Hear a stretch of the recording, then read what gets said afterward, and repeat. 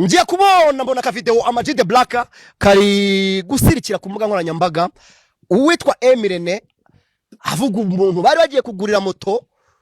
witwa Bruce Melody yatanze amafaranga ati uyu mujama rero imiziki yaramunaniye n'ubuzima bwaranze reka tumugurire moto ipikipiki 75 nawe ushaka kumbaga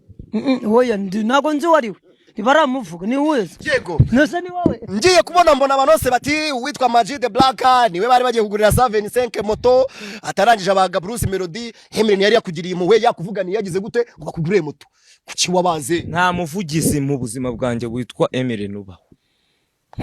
yayiguriye se banyina na base n'ibiki n'abarumuna be cyangwa ku isi ninge muntu ukeneye mototeo